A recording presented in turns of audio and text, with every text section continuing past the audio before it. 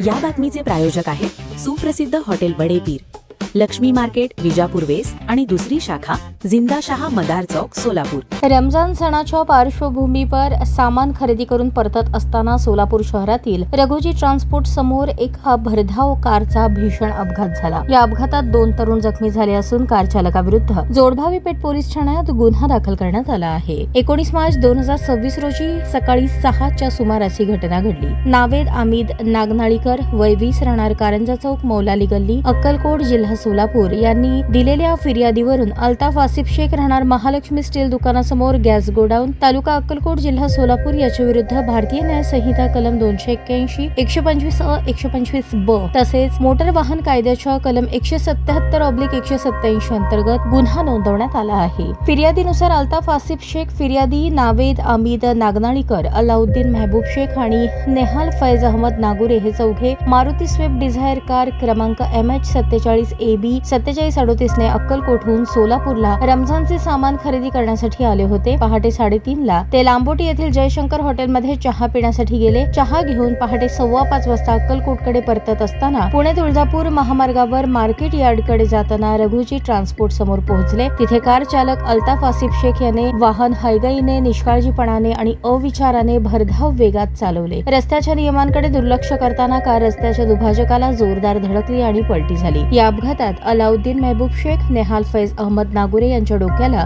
गंभीर दुखापत होऊन सर्व अंगास मार लागला। दोघेही जखमी झाले असून कारचेही मोठे नुकसान झाले। जोडभावी पेठ पोलीस ठाण्याचे पोलीस उपनिरीक्षक वाडीकर या प्रकरणाचा अधिक तपास करत आहेत।